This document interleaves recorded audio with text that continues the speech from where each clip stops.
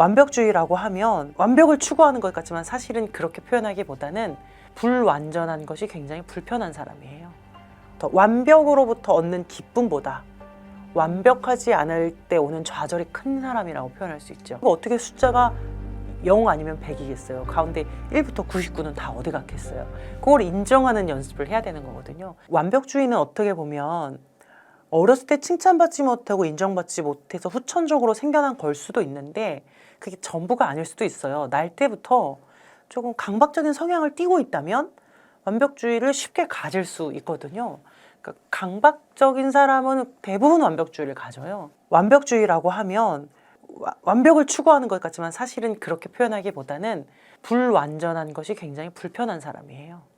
완벽으로부터 얻는 기쁨보다 완벽하지 않을 때 오는 좌절이 큰 사람이라고 표현할 수 있죠. 완벽주의가 완벽하게 해냈다고 해서 과연 성취감과 기쁨을 느낄까? 그렇지 않거든요. 그건 굉장히 찰나에 불과할 거예요. 아주 잠깐. 그것도 굉장히 꽉 억누를 겁니다. 들뜨면 실수한다 라고 생각하면서 딱 누를 거예요. 그럼 이 사람들은 완벽하지 않았을 때 그 실패감, 그 두려움이 너무 커서 그토록 완벽주의로 살아가는 거고, 게으른 완벽주의도 결국 내가 그걸 이루지 못할까 봐, 이루지 못하면 난 실패자가 되는 거니까 아예 시도조차 하지 않게 된단 말이에요.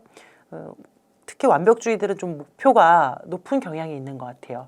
내가 완전히 완벽하게 딱 할 게 아니면 다 이제 실패가 되는 거죠. 이걸 흑백 논리라 하는데, 헬스장을 3달을 끊었으면은 3달 모두 매일매일 같은 시간에 딱 해서 몇 킬로를 딱 이렇게 조절을 해야 나는 성공한 거지. 이렇게 생각하면 헬스장을 다닐 수가 없게 되는 거예요. 그리고 뭐 글을 쓴다고 하면, 일기라도 쓴다고 하면 내가 일기를 뭐 토시 하나 틀리지 않고 기승전결 논리적으로 이렇게 써야지 일기를 쓴 거야 라고 하면 일기 못 쓰는 거예요. 시작할 수 없게 되는 거예요. 그게 아니라 완벽하지 않아도 그 과정 자체에 의미가 있어 라고 받아들이면서 그 과정으로 인해서 충분히 배우는 거거든요. 그리고 어떻게 숫자가 0 아니면 100이겠어요. 가운데 1부터 99는 다 어디 갔겠어요. 그걸 인정하는 연습을 해야 되는 거거든요. 내가 뭐 시험 봐서 80점 받으면 아 이거 완전 망쳤다, 빵점이야 이렇게 얘기해 버릴 수 있거든요. 그게 아니라 아, 내가 80점을 맞았구나 이렇게 얘기해야 된다는 거예요. 내가 뭐 회사에서 보고서를 제출했는데 마음에 들지 않으면 아 완전 쓰레기였네 이게 아니라 아 내가 여기 어떤 문단에 이 멘트가 실수가 있었구나. 다음번에 이 부분을 조심해야지. 나머지는 괜찮아. 이렇게 객관적으로 그렇게 생각이 안 들겠죠. 그러니까 완벽주의죠. 근데 말이라도 그렇게 해버릇 연습을 해야 된다는 거고요.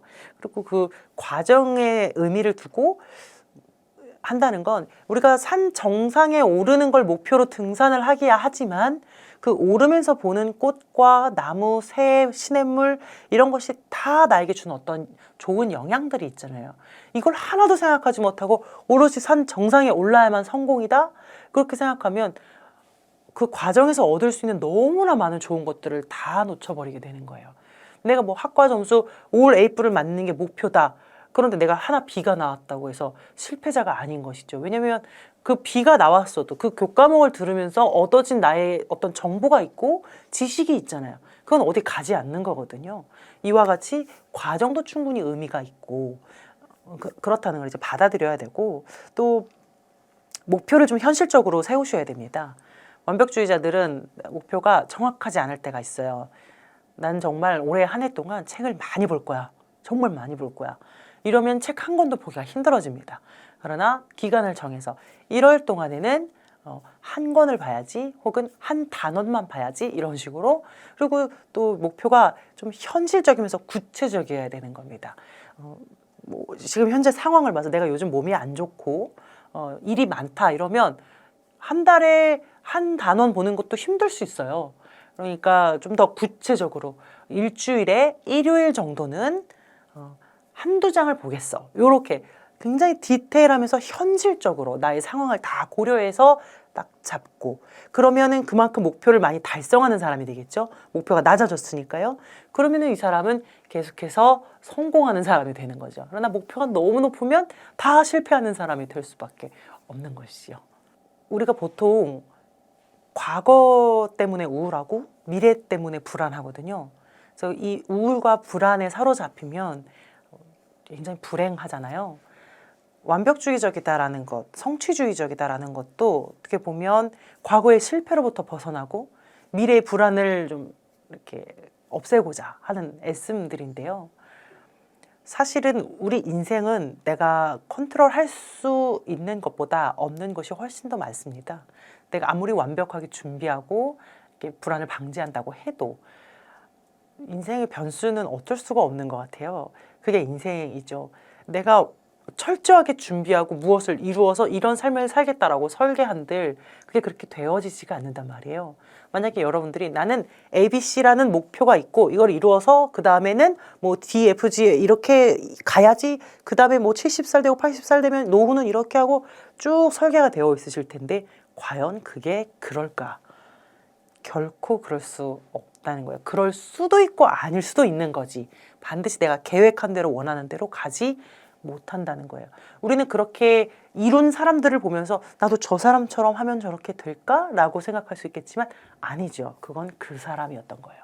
나는 나의 방식을 찾아야 되는 겁니다. 그래서 나를 알아야 된다는 거예요. 뭔가를 성공한다는 건 뭔가를 열심히 한다는 게 아니라 나를 알고 그것을 열심히 해야 되는 것이죠. 그래서 인생은 파도를 타야 하는 것이라고 생각합니다. 내가 뭔가를 열심히 준비해서 강박적이고 막 완벽적으로 이렇게 구명조끼 딱 입고 수영 훈련해가지고 파도를 타는 게 아니라 서핑을 한다는 건 몸에 힘을 빼고 그저 파도의 업앤다운을 즐기면서 그냥 이렇게 즐기는 거잖아요. 그러다 보면은 어느 순간에 굉장히 아름다운 땅에 도착해 있게 되는 것이지 내가 막 모든 파도를 컨트롤해서 내가 열심히 수영 연습을 해서 이거를 내가 다 지배해야겠어. 내가 원하는 섬에 도착할 수 있도록 이렇게 수영을 해야겠어. 이런 것은 1절만 하시라. 2절은 아예 안 하자는 게 아니잖아요. 1절은 그렇게 하시고요. 2절에서는 파도를 조금 더 여유 있게 타면 내가 예상하고 기대했던 것보다 더 좋은 땅에 갈 수도 있다는 것을 기억했으면 좋겠습니다. 그래서 나를 채찍질해야만 성장하는 게 아니라 사실은 자기 비난보다 자기 성찰이 더 큰 의미의 성장을 준다고 생각해요. 자기 성찰과 자기 비난의 차이는 뭐냐면 자기 비난은 제가 못한 거를 지적하고 이렇게밖에 못해? 정말 한심해. 정말 바보 같고 멍청하고 이렇게 자기의 존재의 어떤 근간, 자기의 가치관까지 흔들어 버리는 게 자기 비난이거든요. 어떤 합리적인 비판을 넘어서. 근데 그렇게 함으로써 일종의 정신적 자해 같은 거죠. 그렇게 함으로써 양심을 챙기는 건가? 그런 느낌이 있는 것 같아요. 근데 자기 성찰은 실수를 객관적으로 인정하고 다음번에는 어떤 부분을 개선해야 될까 위주로 생각을 하죠. 발전의 목표를 두고 생각하지 나를 깎아내리는 것에 초점을 두고 생각하지 않는단 말이에요. 이렇게 봤을 때 멀리 보면 누가 더 성장을 할까? 예를 들어서 한 아이가 우유를 따르다가 흘렸을 때 한 부모는 이 멍청아, 이 한심한 거사 나이가 몇 살인데 이걸 아직 돌려 이렇게 그 아이 존재 자체를 이렇게 흔들어 버리면서 우유 하나를 흘렸는데 그렇게 혼을 내는가 하면 한 부모는 아이고 우유를 흘렸구나. 어른들도 그런 실수를 종종 하지. 다음번에 따를 때는 두 손으로 천천히 따르면 된단다. 그 흘린 것은 네가 흘린 것이니 닦으면 돼. 이렇게 실수를 책임지게 하고 다음번에 어떻게 하면 될지를 이렇게 설명해 주는 방향으로 하는 것이 성찰이죠. 이전 것은 비난이고요. 추후에 두 아이가 성장을 한다면 어떤 변화가 있을까? 그 미래가 보이시나요? 전자의 아이는 우유는 강박적으로 엄청 완벽하게 잘 따를지 몰라도 그 외에 많은 것을 놓칠 겁니다.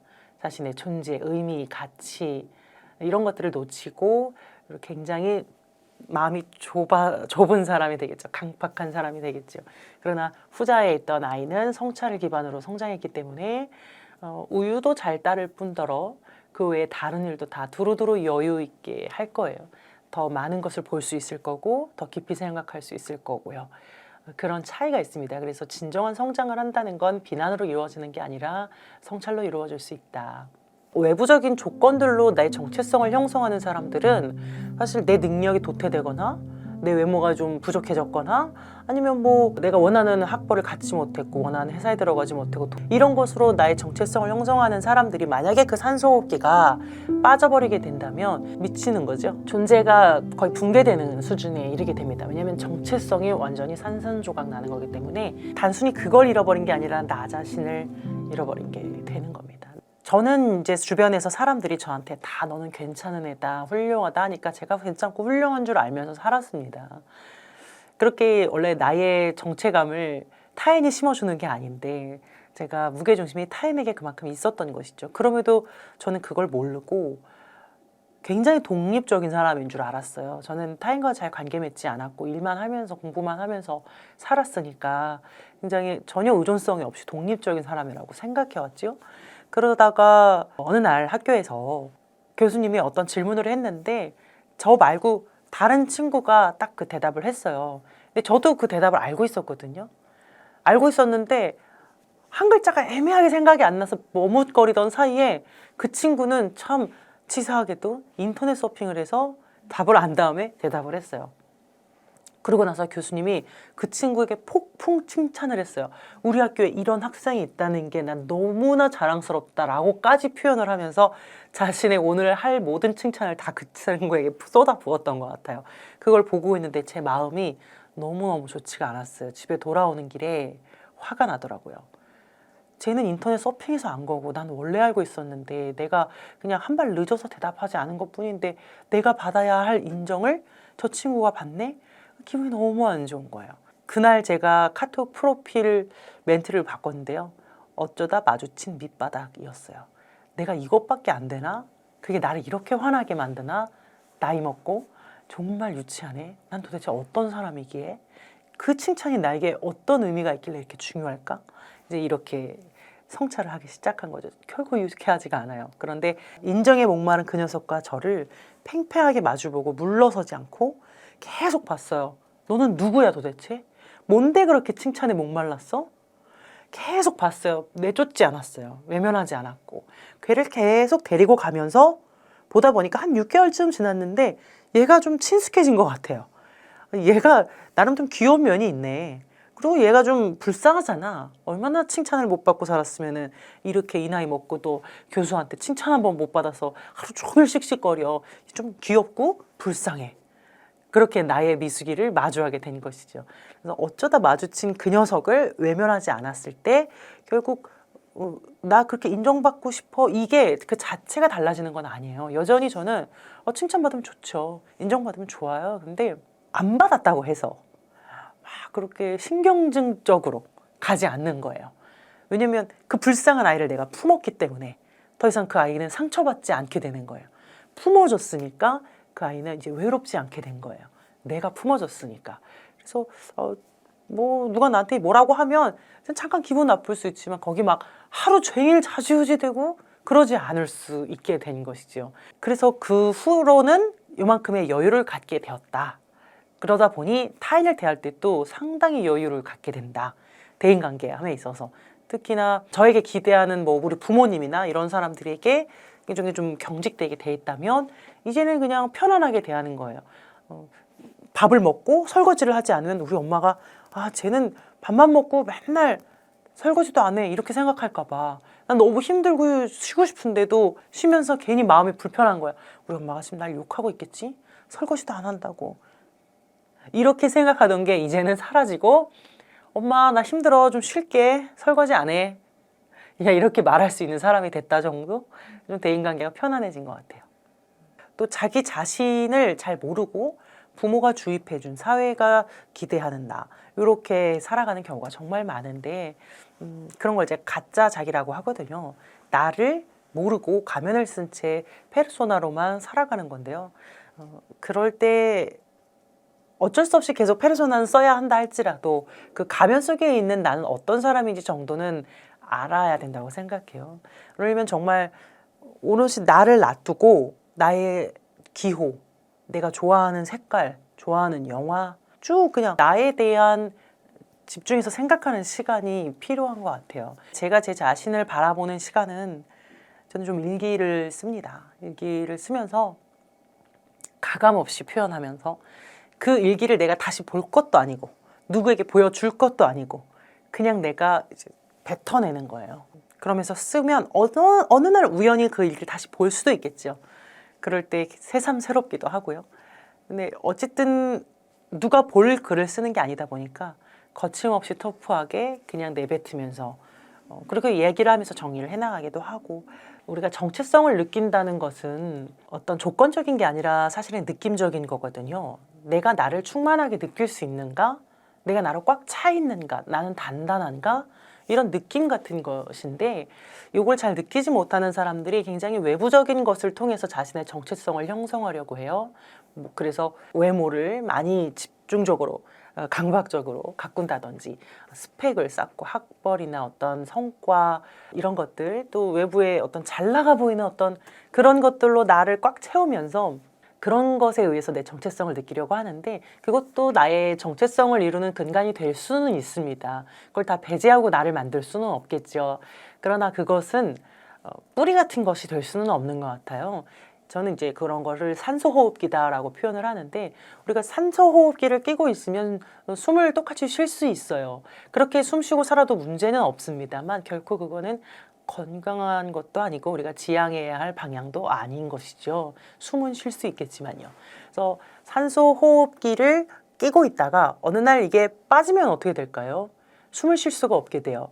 그러니까 외부적인 조건들로 나의 정체성을 형성하는 사람들은 사실 내 능력이 도태되거나 내 외모가 좀 부족해졌거나 아니면 뭐 내가 원하는 학벌을 갖지 못했고 원하는 회사에 들어가지 못하고 돈을 날렸던지 어쨌든 내가 중요하게 생각하는 것들 그게 관계라면 관계일 수 있겠죠. 어떤 사람으로부터 인정받고 칭찬받고 사랑받고 이런 것으로 나의 정체성을 형성하는 사람들이 만약에 그 산소호흡기가 빠져버리게 된다면 그냥 서운하고 섭섭해 참 스트레스 받는다 이런 수준에 머무르는 게 아니라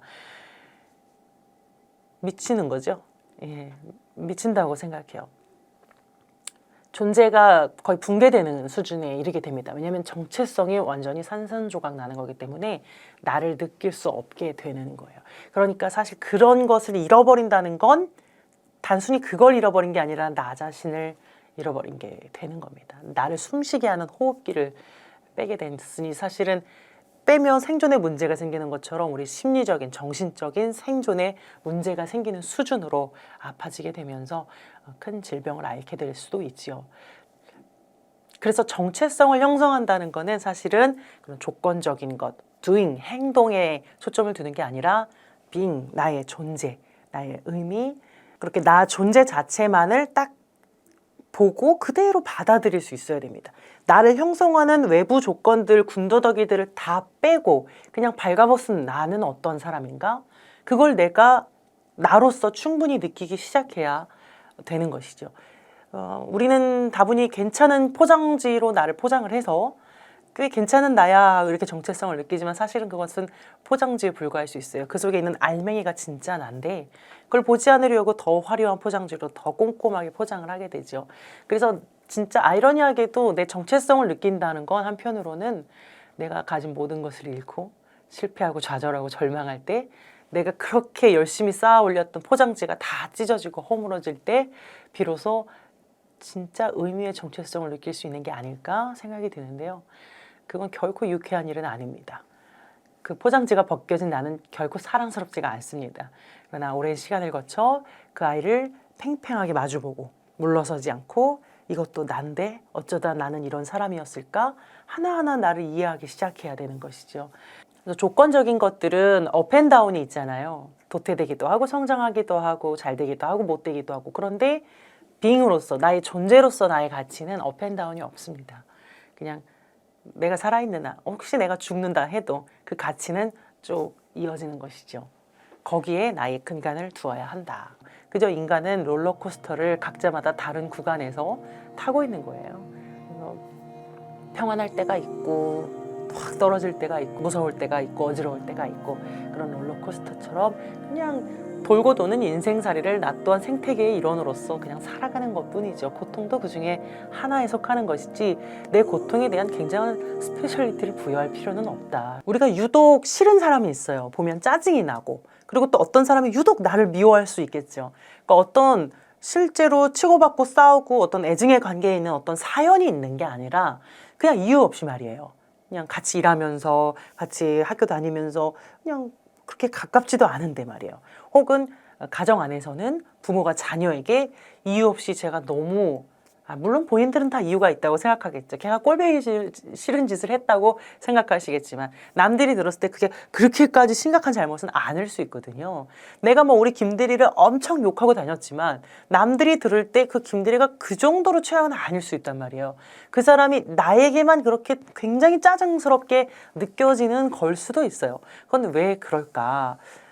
바로 나의 안에 있는 무엇과 그 사람의 무엇이 만났기 때문인데요. 그러니까 더 정확하게 얘기하자면 내가 감춰왔던, 내가 부단히 애쓰고 노력해서 바꿔왔던 나의 열등한 부분을 가진 사람을 만나게 되면 그것이 이제 콤플렉스가 확 올라오게 됩니다. 이것을 이제 심리학에서 그림자라고 합니다. 내 무의식 안에 확 감춰둔 나의 열등 기능이에요. 근데 그걸 가진 사람을 만났을 때 괜한 화가 올라오게 되고 받아들이기 굉장히 힘들어집니다. 뭐 장점도 마찬가지예요. 내가 말 잘하는 사람을 보면서 굉장히 부럽다는 건 내 안에 그 언어에 대한 어떤 그 뭐랄까요? 잠재력이 있는 것이죠. 그러니까 그게 유독 좋아 보일 수 있어요. 그리고 싫은 것도 그게 유독 싫은 것은 내 안에 어떤 스파크가 있는 거예요. 그것에 대한 어떤 역동이 있기 때문에 그게 유독 싫은 거죠. 그래서 이런 걸 해결하려면 우리는 그림자와 화해해야 한다고 이야기합니다. 아, 나에게 그런 면이 있어서 저 사람과 부딪히는구나. 물론 처음에 인정하기 굉장히 쉽지 않아요. 내가 너무너무 싫어서 무의식에 꽉 박아놓은 건데, 자물쇠로 꽉 걸어버린 건데 사실 그게 내 안에 있다니라고 생각하면 굉장히 자존심 상하고 절망스러울 수 있겠죠. 그러나 그것을 화해해야 나도 더 여유 있게 받아들이면서 타인하고도 갈등을 덜 빚게 될 수 있습니다. 아, 그래. 내게도 그런 면이 있었지. 지금도 난 노력하고 있지. 내가 그것 때문에 참 많이 혼났었지. 한다면 그 사람 자체가 문제가 아니라 내 안에 무엇이 만났구나 이렇게 이해하면서 사실은 그것이 나를 살리는 길이거든요. 나를 지킬 수 있는 길입니다. 우울할 때 우리가 어떻게 마음을 다스려야 할까? 우울도 일종의 터널을 지나는 것이잖아요. 그러나 우울은요, 굉장히 유용한 도구입니다. 그 시간을 통해서 정말 몰랐던 나를 만나고 내가 미처 놓치고 있었던 나를 보듬어 줄 수 있게 되고요. 그리고 굉장히 인격적인 성숙과 성장을 이루는 시간이 됩니다. 이론적으로도 그렇게 설명하고 있어요. 그래서 우울증을 전혀 겪어보지 않은 사람에 비해서 우울증을 겪은 사람이 인간적 성숙도가 더 높다라고 이야기하거든요. 그리고 우울할 수 있는 건 전 힘이라고 생각해요. 정말 힘이 없는 사람은 그림자를 볼 용기가 없어서 햇빛만 쬐고 있는 사람이거든요. 근데 인간은 반드시 그림자를 보유하게 되어 있는데 반드시 미숙함과 성숙함에 공존하게 되어 있고 열등할 때가 있고 우등할 때가 있기 마련인데 어리숙할수록 용기가 없을수록 힘이 없을수록 그걸 마주하지 못하는 거거든요. 그러나 어느 날 그걸 마주하게 됐을 때 우리는 급격하게 우울해지면서 우울증에 걸리기도 해요. 그 사람이 우울할 수 있었다는 건 그만큼 나의 어두운 면을 봤다는 거예요. 볼 수 있었다는 거고 그걸 버리지 않았고 만났다는 것이죠. 그래서 어떻게 보면 더 힘이 있는 사람이다. 제가 우울증을 앓고 있었을 때 한 친구가 저한테 얘기했어요. 넌 참 나보다 낫다. 난 항상 우울한데 내가 우울증이 아니라고 생각하거든. 근데 너는 약을 먹는다. 치료를 받고. 네가 우울할 수 있는 거, 네가 아파할 수 있는 건 힘이야. 약이라도 먹으면서 버티고 있잖아. 나보다 낫네. 이렇게 얘기를 해주더라고요. 그래서 제가 아파하면서 너무나 고통스럽고 찢어질 것 같은 그런 하루하루를 보내지만 그래 내가 이렇게 버티고 있는 것도 그만큼 내가 힘이 있기 때문이지. 내가 그만큼 괜찮은 사람이지 하면서 그 우울과 함께 시간을 보내왔던 것 같아요. 누구나 인생을 살면서 끝이 보이지 않는 그런 터널을 지날 때가 있어요. 저도 근데 그 출구에서 빛이 보이지 않을 때 그 깜깜한 터널을 지나고 있는 그 중에 있다면 이런 말할 수 없는 고통 중에 있는데 어떻게 하면 제가 빨리 이 터널을 지나고 나갈 수 있을까요? 라고 대부분 물으시죠. 그러나 저는 정말 양심의 손을 얹고 대답하기를 그런 방법은 없다. 더 빨리 나가는 방법은 없다. 앞이 보여야 지름길을 찾는데 너무 힘들 땐 앞이 보이지 않아서 지름길을 찾을 수 없어요. 그냥 출구로부터 들어오는 아주 작은 빛, 그게 보일 때까지 그냥 계속 갈 뿐이죠. 그냥 사는 것밖에는 방법이 없습니다. 그렇게 하루하루를 살아야 하는데 어떻게 살까? 그냥 저는 그렇게 버텼던 것 같아요. 오늘만 살자. 오늘만 보자. 앞으로 5년 후, 10년 후 내가 평생 어떻게 이렇게 살지라고 생각하면 못 사는 거예요. 그냥 오늘을 살면 되는 겁니다. 나의 목표는 오늘 살기. 그럼 내일이 되면 오늘이 된 내일, 내일이 된 오늘이라고 해야 될까요? 그날을 또 살고요. 그렇게 하루씩만 버티는 겁니다. 하루도 너무 길어요. 저녁까지 살 수가 없어요. 라고 한다면 뭐 2시간 내지 3시간씩 목표를 정해서 앞으로 지금 3시니까 5시까지 살자. 이렇게 조금씩 목표를 정해서 버티는 거죠. 그 시간을 버텨내는 겁니다. 그런데 그 고통을 부정하지는 마세요. 충분히 고통스러워하세요. 왜냐하면 모든 생명체는요, 고통을 가하면 팔딱거리게 되어 있어요. 물고기를 잡아 끌어올려 보세요. 팔딱거립니다. 꽃을 꺾어 보세요. 시들어집니다. 뭐든지 고통을 가하면 반응하게 되어 있는데 사람도 마찬가지로 고통스러운 일이 있을 때 울고 불고 부정하고 부인하고 억압하고 할 걸 다 하셔야 됩니다. 그 절차가 있지요. 할 거 다 하시고 화도 내고 슬퍼도 하고 울고 하다 보면 어느 순간 팔딱거리던 물고기가 힘을 잃고 가만히 있게 되는 것처럼 우리도 그 어떤 시기를 지나고 가만히 있게 되는 거예요. 그럴 때 지금은 내가 힘들 때구나 하고 힘을 빼게 되는 것 같아요. 저는 일단 고등학교 때 우울증을 한번 알았었어요. 그때 완벽주의가 굉장히 심했었거든요. 그래서 성적이 그냥 1등급 A 나올 거 아니면 아예 공부 안 하는 게 낫다 이렇게 생각하고 살면서 학교도 거의 가지 않았고 자퇴를 이제 생각을 했었는데 얼추 그냥 억지로 학교를 마쳤습니다. 그때 우울증을 알았죠. 공부를 하지 못했습니다. 두려웠고 내가 원하는 만큼을 할 게 아니면 아예 할 수 없다고 생각했던 것 같아요. 근데 지금도 그런 청소년들이 너무나 많죠. 사람은 사건 때문에 고통받는 게 아니라 해석 때문에 고통받는다고 하거든요. 그러니까 똑같은 사건이 있어도 어떤 사람에게는 이게 죽을 만큼 고통스럽고 어떤 사람은 그냥 넘길 만한 일이 돼요. 이게 그냥 넘길 만한 사람이 멘탈이 강해서 잘 넘기는 거고 죽을 것 같은 사람 멘탈이 약해서 그런다라고 생각하면 내 자신이 너무 한없이 한심해지잖아요. 이렇게만 설명할 수 없거든요. 이게 사실일 수도 있겠지만 아닐 수도 있어요. 이 하나의 사건이 이 양극에 있는 두 사람에게 살아오는 동안 어떤 의미가 있었는지가 정말 중요한 거예요. 이 사람은 살아오면서 어떤 소리를 들었고 어떤 가르침을 받아 어떤 사람을 만나? 그리고 타고난 성향은 어땠고 이런 어떤 히스토리가 있잖아요. 나라는 사람은 굉장히 뭐 생물학적으로, 사회적으로, 심리적으로, 가정 안에서, 학교 안에서 뭐 다 쌓여온 역사의 축적물이거든요. 그게 어떤 고통스러운 하나의 사건을 만났을 때 누군가에게는 넘길 만한 것이 될 수 있고 누군가에게는 죽을 만큼의 고통이 될 수 있기 때문에 나의 고통을 가지고 내가 너무 엄살부리나 이렇게 생각할 것도 아니고 또 타인의 고통을 보면서 저 사람 참 엄살부리네. 난 저보다 더한 일도 그냥 이겨냈는데 이렇게 생각할 것도 아니라는 것이죠. 그저 인간은 롤러코스터를 각자마다 다른 구간에서 타고 있는 거예요. 그래서 평안할 때가 있고 확 떨어질 때가 있고 무서울 때가 있고 어지러울 때가 있고 그런 롤러코스터처럼 그냥 돌고 도는 인생살이를 나 또한 생태계의 일원으로서 그냥 살아가는 것뿐이죠. 고통도 그중에 하나에 속하는 것이지 내 고통에 대한 굉장한 스페셜리티를 부여할 필요는 없다. 스타디언 구독자분들 이렇게 인생을 조금 더 훌륭하게 살고자 이 채널을 구독하시는 분들일 거예요. 더 성장하고 싶고 더 좋은 사람이 되고자 노력하고 공부하시는 분들이겠죠. 그래서 여러분들은 참 이미 훌륭하고 이미 가치롭다라고 말씀드리고 싶어요. 내가 무엇이 되지 않아도 그 어디에 도달하지 않아도 지금도 충분히 가치 있지만 그럼에도 불구하고 우리가 노력하는 것은 더 나은 사회를 만들기 위해 생태계의 하나의 일원으로서 그래서 나의 역할을 더 잘 하기 위해서 애쓰는 것이겠죠. 하지만 여러분 존재 자체는 이미 충분하다고 말씀드리고 싶습니다.